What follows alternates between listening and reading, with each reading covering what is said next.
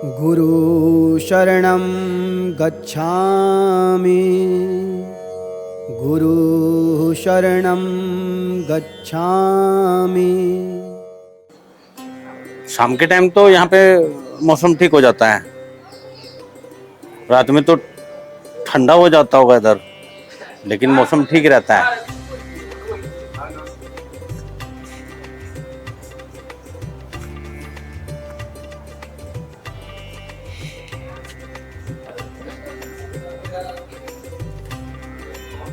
तो अपना तो कहीं आना जाना जी का काम नहीं रहा। जी। हमारी ऐसे चक्कर हुई थी तो ये पहाड़ी क्षेत्र में टकराया, तब से बुद्धि काम करती नहीं। पहाड़ी क्षेत्र में टकराए मतलब? हाँ, तो हम गंगोत्री जमुनोत्री का स्नान करके जी केदारनाथ और बद्रीनारायण की जी यात्रा पर थे, तो जी। वहाँ पहाड़ी में टक्कर हो गई पहाड़ी में टक्कर हो गया? किसके साथ में? ट्रक से। ट्रक से टक्कर हो गया था? अच्छा, तो सामने का टक्कर था किस किस टाइप से? सिर में चोट लगा? हम सिर जो है पहाड़ी में लगा। अच्छा। ठीक है, जान जिंदगी थी, जान बच गई।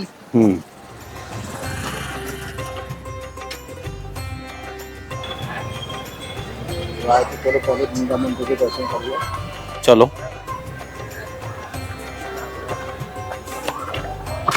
आप चप्पल क्यों नहीं पहनते हैं? बस हैं? 2-3 जोड़ी पड़े हैं, पहनते नहीं। क्यों नहीं पहनते हैं? इच्छा। इच्छा? ये भूमि जो है, जी ब्रज भूमि, जी। इस पर जो है चप्पल पहन के नहीं भ्रमण करना चाहिए। हमारा ध्येय अपने लिए है, दूसरे के लिए नहीं है। जी।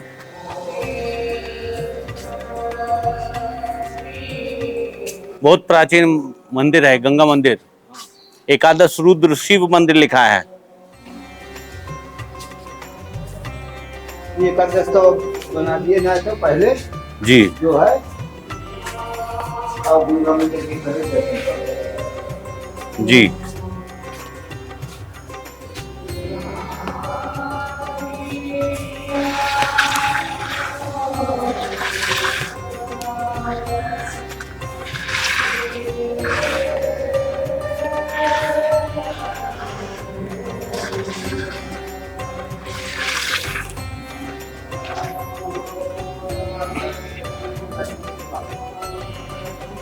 छत्रपति शिवाजी ने, हमने सुना है कि कभी स्थापना छत्रपति शिवाजी ने करा है। छत्रपति शिवाजी ने स्थापना किया था इसका। हाँ बहुत प्राचीन होगा ये तो। हाँ, जब वो लड़ाई से भागे थे तो यहीं छिपे आकर तब उन्होंने ये तो यहीं पे छिपे आके ऐसा ऐसा बोलते हैं। हाँ, तो तभी से ऐसा उन्होंने। मैंने सुना। अच्छा, संतों के मुखारविंद से सुना है। ये गंगा मंदिर छत्रपति शिवाजी ने बनवाया था। मंदिर तो बाद में छोटा सा था उस समय। अच्छा। ये तो अब तो विस्तार तो अब हुआ। ये लिखा भी है यहाँ पे। हाँ, कथा प्रचलित है कि रोशन लाल जी लाला तुलसीदास जी के पूर्वज का निर्माण करा रहे थे, तब अचानक ही गंगा मैया का धारा प्रवाह मंदिर की ओर हो गया। उस समय भक्त रोशन लाल जी ने गंगा मैया की पूजा अर्चना की और उनसे अपना प्रवाह बदलने की प्रार्थना की। भक्त रोशन लाल जी की विनती सुनकर गंगा मैया ने अपना प्रवाह स्थान बदल दिया। रोशन लाल जी ने श्रद्धापूर्वक शिव मंदिर के साथ साथ गंगा मंदिर का भी निर्माण कराया। उस समय ऐसा प्रतीत हुआ मानो गंगा मैया भगवान शिव से मिलने आई थी। ऐसा लिखा है गुरुदेव इधर। बात जो लिखा बस ठीक है।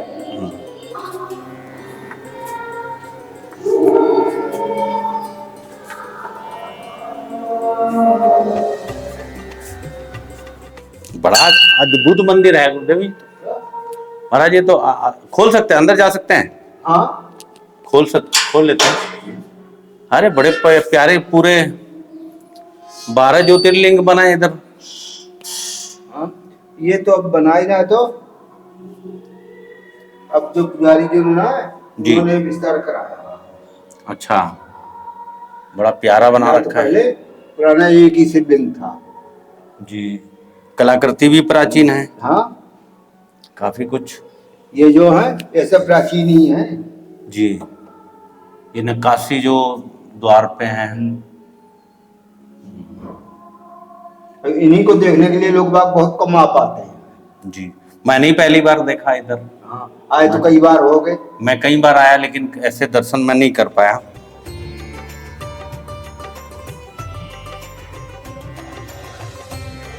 इस टाइप की कलाकृति बनना आज के टाइम में बहुत मुश्किल है।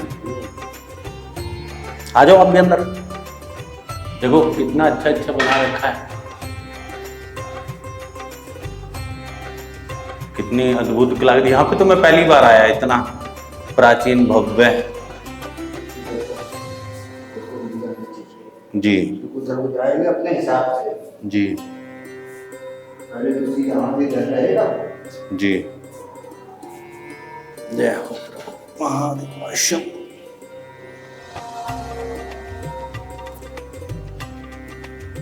यहाँ तक आओ।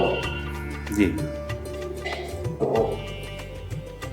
इससे रस्सी को पार नहीं करना चाहिए। जी, जय हो महादेव शंभो।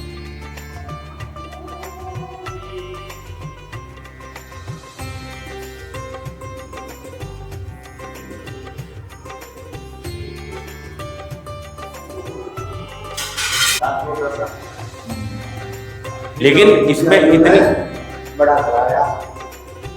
इतनी अच्छी कलाकृति।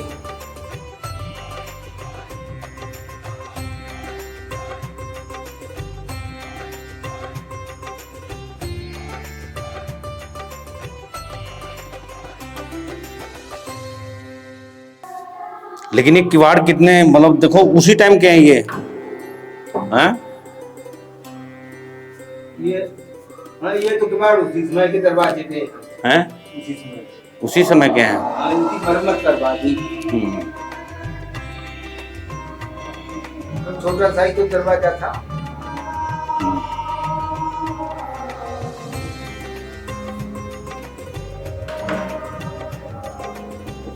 दरवाजे की किवाड़ जी पहले तो ऊपर पे कम इस जाना पड़ता था, जी ऐसे ऊपर तक जाना पड़ता था। जी, अब थोड़ा बड़ा करा दिया। कभी किवाड़ की कुछ ऊंची करा दी। जी, ये सबसे प्राचीन मंदिर होगा इधर का। सबसे प्राचीन मंदिर छत्रपति शिवाजी के मान्यता जो हमने सुना वो हम बता रहे हैं। जी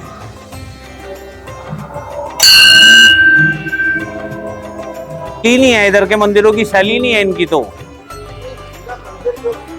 पर भी जो इन्होंने बना रखा है ना, ये भी यहाँ की शैली वाला मंदिर नहीं आया। हमारे यहाँ नहीं बनते इस टाइप। ये तो अब तैयार करवाए पुजारियों। जी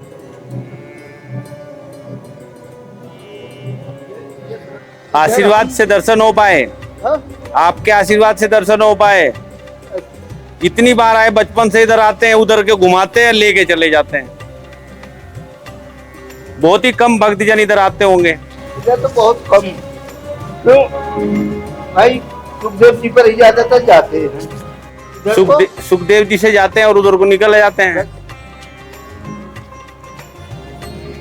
गंगा मंदिर पर तो कोई कोई आता है, जिन्हें पता है। जी अब आप दूसरों को ला सकते हो, आपने दर्शन कर लिए जी तो कोई साथ ना तो उसे दिखा सकते हो, दर्शन करा सकते हो। जी जब पता ही ना है किसी को जी, तो कराए कौन? बिल्कुल।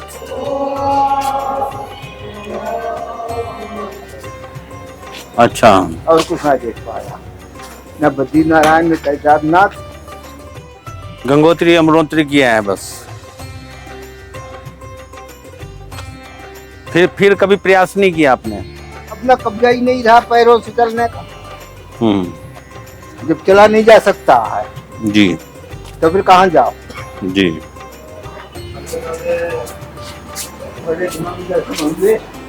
आप तो नहीं हो गया, आप तो गए लेकिन आप नहीं आ पाए।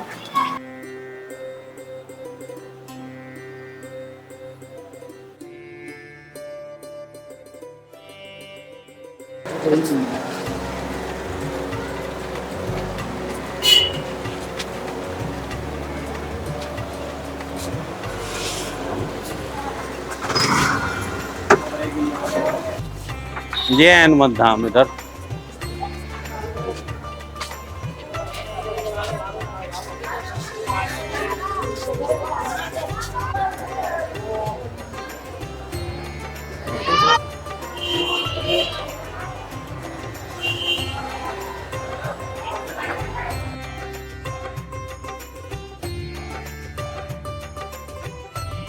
जी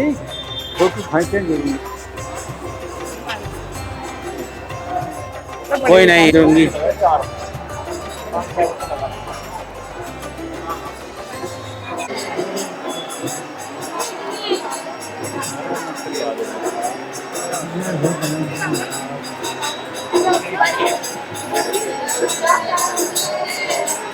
हनुमान जी ने हमें कहीं दोनों एक ही दिमाग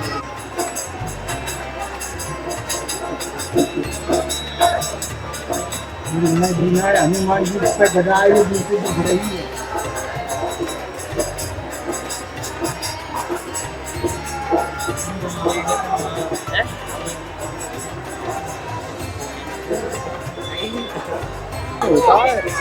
अच्छा लग रहा है, बहुत अच्छा चलाते हैं वो, बजाते हैं।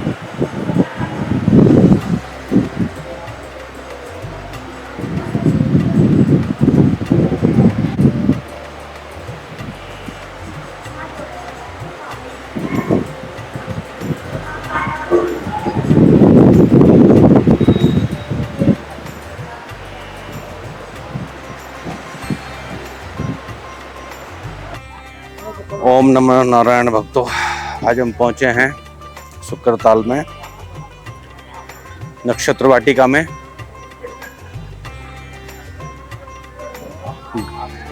गंगावासी महाराज के साथ में यहाँ पे हम देखेंगे विभिन्न विभिन्न नक्षत्रों में, नक्षत्रों को प्रदर्शित करते हुए वृक्षों के बारे में इसमें हमारा मार्गदर्शन करेंगे पूज्य महाराज जी, जो हमें इस पूरी वाटिका में भ्रमण पर लेके जाएंगे। ये जो पूरी नक्षत्र वाटिका है ये हनुमत धाम के अंतर्गत आती है। अच्छा अच्छा, जैसे इसमें इधर से स्टार्ट करते हैं, यहाँ से। अभी मैं एक एक चीज़ आप मुझे बताओ इसके बारे में। बेल के जैसे वृक्ष दिया इन्होंने बेल का, तो बेल जो व्यक्ति प्रिय बेल का रोपण करता है उसके कुल में कई पीढ़ियों तक लक्ष्मी का निवास होता है, ऐसा लिखा है इसमें। अब जो लिखा है वो सही लिखा है, शास्त्र के अनुसार ही लिखा गया है। अच्छा, हाँ, वृक्षारोपण होना चाहिए। इतना प्यारा नक्षत्र वाटिका है ये रीठे का इधर। रीठे का पहले इसका एक चक्कर लगा लेते हैं इधर से ही।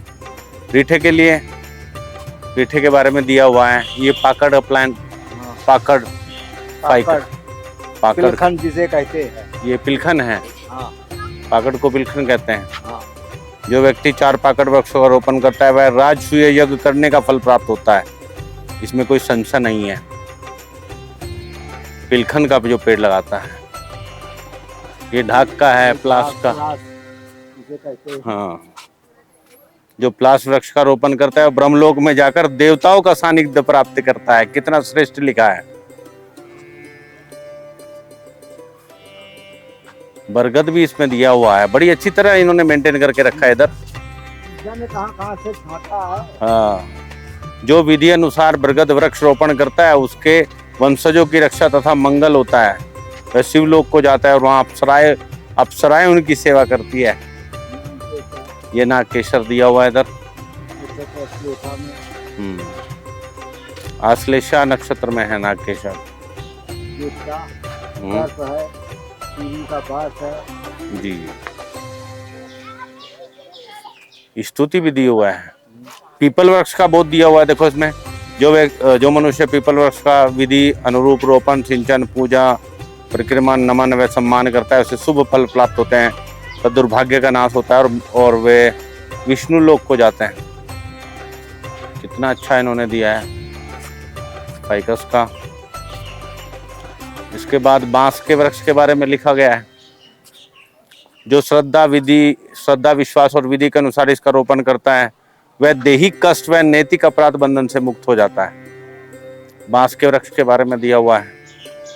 शीशम के वृक्ष के बारे में दिया हुआ है। जो विधि पूर्वक शीशम के वृक्ष का रोपण करता है, कल्याणकारी मार्ग पर गया हुआ मनुष्य सही मार्ग पर, अकल्याणकारी पर चलने वाला व्यक्ति सही मार्ग पर चलने लगता है। शमी का रोपण करता है, विजयदशमी के दिन इसका पूजन करता है, उसकी सर्वत्र विजय होती है।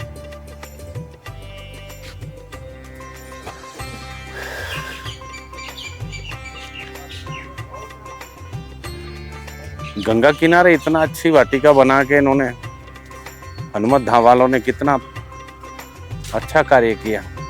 दूर दूर से आते हैं गुरुदेव से देखने के लिए। हाँ, विदेश तक के आते हैं। जामुन के बारे में बोलते हैं कि जो जाने अनजाने में एक भी जामुन वृक्ष का रोपण कर देता है, वह मैं रहते हुए भी बहुत बड़े धार्मिक होने का गौरव प्राप्त कर लेता है। गूलर भी दिया हुआ है इधर। जो व्यक्ति गूलर वृक्ष का रोपण करता है, दूसरों को गूलर वृक्ष रोपण हेतु प्रेरित करता है, वह चंद्रलोक में आनंद पाता है। सभी दिया इन्होंने सारे वृक्षों के बारे में। उधर की साइड आंवला वृक्ष जो रोपण करता है, वह यज्ञ भूमि दान करने, सदैव ब्रह्मचर्य रहने का महान पुण्य प्राप्त होता है। सदैव ब्रह्मचारी रहने का महान पुण्य प्राप्त होता है। मतलब इसमें आंवला, कुचीला मतलब कुचीला के वृक्षारोपण से दृष्टिहीनों की दृष्टि, बंधन युक्त मनुष्य मुक्त, रोगी, अशक्त जीन व वृद्ध काया वालों को स्वस्थ नवयौवन प्राप्त होता है। अश्वनी कुमारों की प्राप्ति होती है। कुचीला के वृक्ष है आंवला, कुचीला। नक्सवामी का बहुत अच्छी दवाई बनती है इसकी। होम्योपैथी की दवाई बनती है इससे। होम्योपैथिक में भी बनाते, देसी में भी चलता है। हाँ, देसी में भी चलता है। पेट की बीमारियों में काम आता है, बहुत काम आता है। महुआ का पेट के बारे में लिखा गया है। निरोगी रहता है, प्रसन्न रहता है। महुआ का पेड़ का रोपण करने वाला देवताओं की पूजा का फल उसको प्राप्त होता है। नीम के बारे में देखो कितना सुंदर लिखा है। जो व्यक्ति विधि अनुसार इसका रोपण करता है, भगवान सूर्य प्रसन्न होकर रोगों व दुर्भाग्य से मुक्त करते हैं। बहुत सुंदर इसमें लिखा है।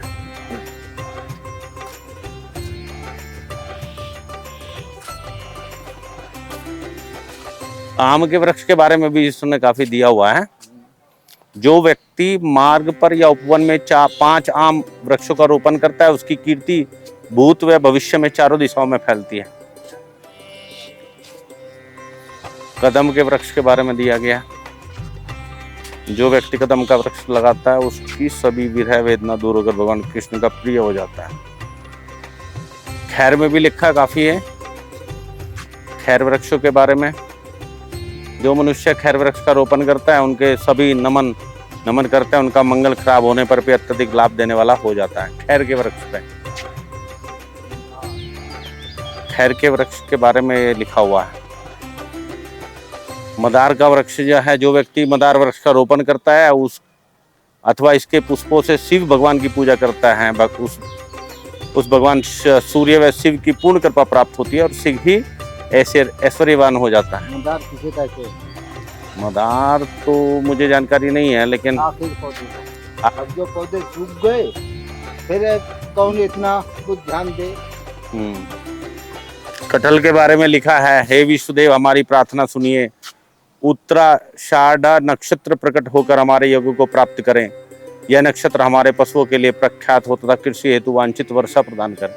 कटहल के बारे में बड़ा अच्छा लिखा है। कृषि के हिसाब से ये काफी अच्छा जल वेतस, जो मनुष्य विधि पूर्वक श्रद्धा से सेलिक्स वृक्ष का रोपण करता वह सुसंस्कृत होकर सभी दोषों से मुक्त होता और स्वस्थ दीर्घायु होता है।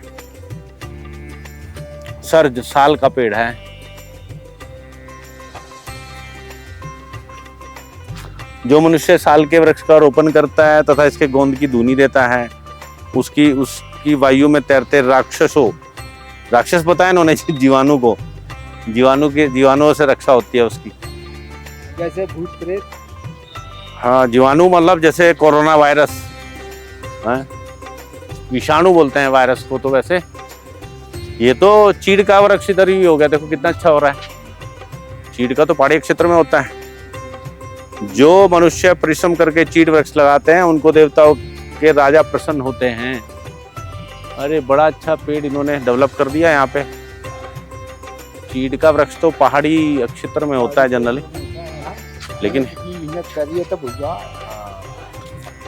कंटारी विकट वृक्ष के रोपण से शत्रुओं से रक्षा तथा रोपित क्षेत्र सुरक्षित रहता है। यज्ञ में आहुति इसकी लकड़ी से बने शुरुआत से देने पर सिद्धि प्राप्त होती है। बकुल मोलश्री का भी पेड़ इसने दिया हुआ है। मैं मोलश्री के बारे में भी काफी कुछ लिखा है।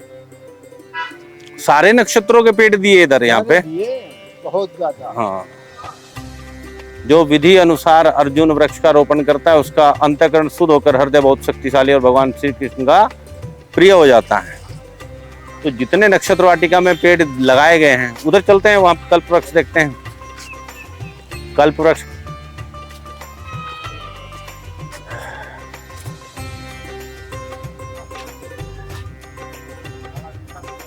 ये क्या बनाया? मोर बनाया। कितना सुंदर है। हाँ, बहुत सुंदर बनाया। जब मैं पहली बार आया था तो ये बनने लग रहा था उस समय। काफी अच्छा, शाम को घूमने के हिसाब से बहुत अच्छा उन्होंने। बहुत हमने जो पहले उधर के साइड में वो बनाया था, स्विमिंग पूल बनाया था इन्होंने। काफी समय बाद आए। काफी समय बाद आए। अच्छा, तो इसमें हम कभी घूम जाते हैं। लेकिन शाम के टाइम घूमने से बड़ा अच्छा लगता है इधर। लेकिन आज तो आप घुमा रहे हैं हमें।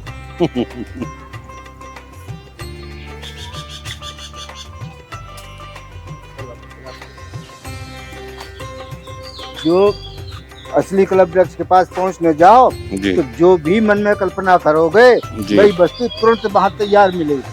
जी, ऐसा कल्प वृक्ष की।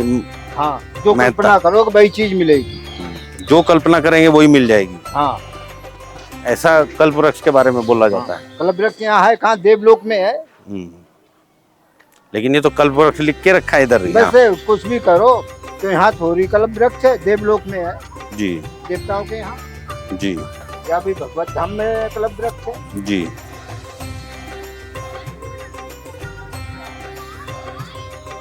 मानो तो लिखने से ही सब बात थोड़ी हो जाएगी। जी, कल्प वृक्ष यहाँ आ ही नहीं सकता। करके आया था, कुछ समय तक रहकर अपना चला गया। जगदम्बिनी ऋषि लाए थे कामधेनु को और कल्प वृक्ष को। ऐसा सुनने रुकी ना कल्प वृक्ष, वो रुके नहीं, इसमें कमल उगा दिए इन्होंने।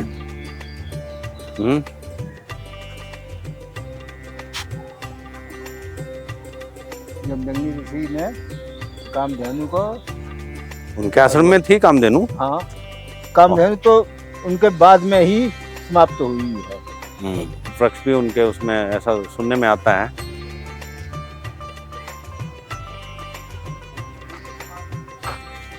वो तो हटा दिया यहाँ से, वो जो यहाँ पे कल्प वृक्ष बोल के लगाया गया था। अब तो यहाँ पे लकड़ी लकड़ी बची हुई है बस।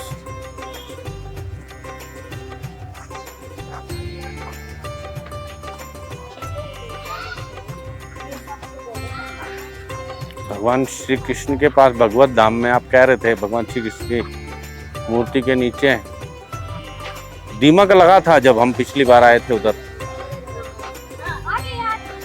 ये क्या यह एक विशेष पवित्र, ये क्या बनाया है? नया बनाया है ये इधर, मुक्ति यंत्र। दुख पीड़ा 84 लाख जन्म मरण निवारण यंत्र। यह एक विशेष पवित्र यंत्र है। इस यंत्र की नंगे पैरों से पूर्ण श्रद्धा के साथ भगवान का नाम जप करता हुआ परिक्रमा करता है, उसकी समस्त मनोकामनाएं पूर्ण होती है। ऐसी मान्यता है कि इसकी 84 परिक्रमा करने पर 84 लाख योनियों में भ्रमण करने से छुटकारा मिल जाता है। यंत्र के साथ छेड़छाड़, अपवित्र करना, दीवारों पर चढ़ना, मर्यादित उल्लंघन से दोष लगना, अनिष्ट एवं हानि हो सकती है। जीवन चक्र के बारे में लिखा हुआ है। यह चित्र शरीर के 6 विकारों को प्रदर्शित करता है। जीव के जन्म से लेकर वृद्धि एवं परिणाम, परिवर्तन, युवावस्था, वृद्धावस्था, तत्पश्चात मृत्यु, यही इस जीवन की कहानी है। जीव जब अपने मूल कारण की खोज कर लेता है तो उसका भवसागर से आवागमन समाप्त हो जाता है। ये इन्होंने दिखाया इधर से, बहिर्मुक्ता ही संसार है, अंतर्मुक्ता ही आध्यात्म है। बाहर जाएंगे तो संसार होगा, आँख खोलते ही संसार होगा। मतलब जो संसार में जो फंस गया, बंधन में फंस गया, वो अंतर्मुखी हो गया। जी, अंतर्मुक्ता ही अध्यात्म है, बहिर्मुक्ता ही संसार है। माता यशोदा का वात्सल्य आ गया। देखो, यशोदा हरि पालने झुलावे, हल रावे दुलराई मलहावे, जोई जोई कछु गावे, मेरे लाल को आओ निंदरिया, काहे न आनी सुनावे, तू काहे नहीं बेगही आवे, तो को कान्हा बुलावे।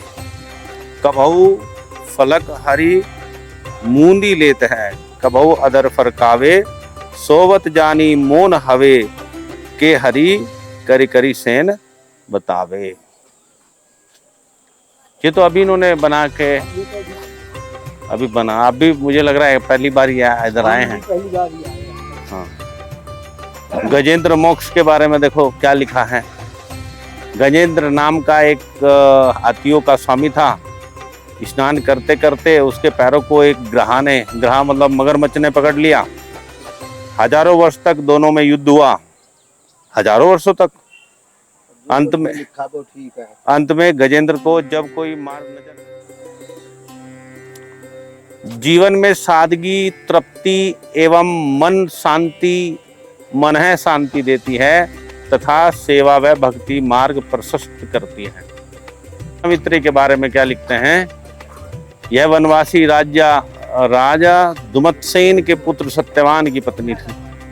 इन्होंने अपने मृत स्वामी सत्यवान की प्राण रक्षा के लिए बार बार यमराज से प्रार्थना की। अंत में अपनी बुद्धि कौशल एवं पति निष्ठा के फलस्वरूप यमराज से अपने पति के प्राणों को वापस लाती है।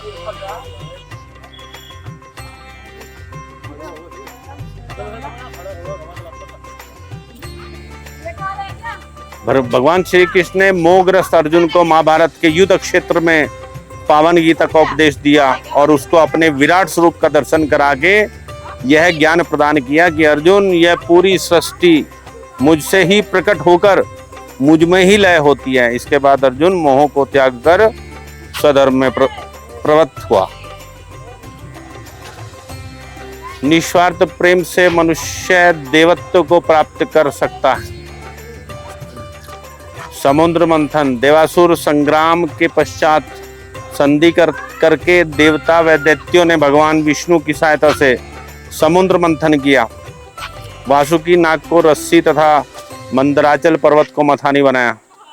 भगवान कच्छप रूप धर अपनी पीठ पर इसे धारण किया। इस मंथन में 14 रत्न निकले, जिसमें अमृत पान कर देवताओं ने दैत्यों पर विजय प्राप्त की। कर्ण का कवच कुंडल दान। यह कवच कुंडल कर्ण को सूर्य की उपासना से प्राप्त हुए थे, जिसके कारण वह अजय हो गया था। अर्जुन की बचपन में ईश्वर भक्ति एक अच्छे जीवन की बुनियाद है। भक्ति नहीं कर पाता है, अगर किसी की माँ सुलक्षणी है तो भक्ति करा सकते हैं। दोबारा बताओ, आपने क्या कहा। जिसकी माँ सुलक्षणी है, जिसकी माँ सुलक्षणी है, हाँ, वो भक्ति करा, वो भगवान का नाम याद कराएगी बचपन में। ना तो मोह की बातें रखेगी पास में। तो बच्चों को भक्ति के मार्ग पे उसकी माता के द्वारा लगाया जाता है। माँ ही लगाएगी, माँ माँ चाहे अच्छे कर्म में लगाए चाहे बुरे में लगाए। माता ही लगाएगी। हाँ, क्यों माँ ही सर्व कर्म की उसकी जननी है, प्रथम गुरु है उसका। हाँ। जैसे कि आपने अपने वीडियो में भी बताया था, वामन अवतार के बारे में, प्रहलाद के पुत्र तथा विरोचन के पुत्र बलि द्वारा स्वर्ग पर अधिकार करके इंद्र पद प्राप्त करने हेतु एक साथ 100 यज्ञ पूर्ण होने से रोकने के लिए महाराज बलि की यज्ञ सभा में कश्यप और अदिति के पुत्र के रूप में स्वयं भगवान वामन पधारे तथा 3 पग भूमि मांगी। एक पग में पृथ्वी, दूसरे पाताल आकाश तथा तीसरा पग बलि के मस्तक पर रखकर 3 पग भूमि दान पूर्ण किया। 2 पैग में तो तीनों लोग नाप लिए, कई तीसरा पैग धरने उजगा न रही कि हमारे पास है, लेकिन है जब ही जिस रूप में आए थे वो रूप बनाओ। तब छोटा रूप बनाया, तैसे सिर कर दिया, तब सिर पर तीसरा पैर धरा, तो बलि का शरीर को नाप लिया। क्यों नाथ बलि कहते रहते, कहा कि अब जब तुम्हें हमने नाप लिया तो तुम भी तो हमारे हो गए, हमारी जहाँ इच्छा होगी बाहर रखेंगे। बात भी ठीक है, अभी जब कोई चीज किसी ने दे दी जी और उसे अपना शरीर दे दिया जी, तो उसका शरीर कहाँ रह गया जी।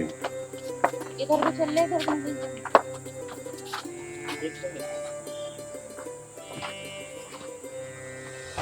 जो जैसा करेगा वैसा फल देगा भगवान जी। चलो निकलो।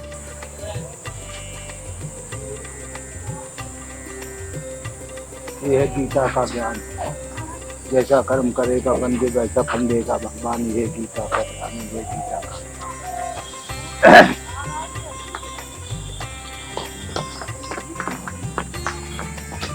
अब देखो ये बच्चा माँ से आगे आगे भागेगा।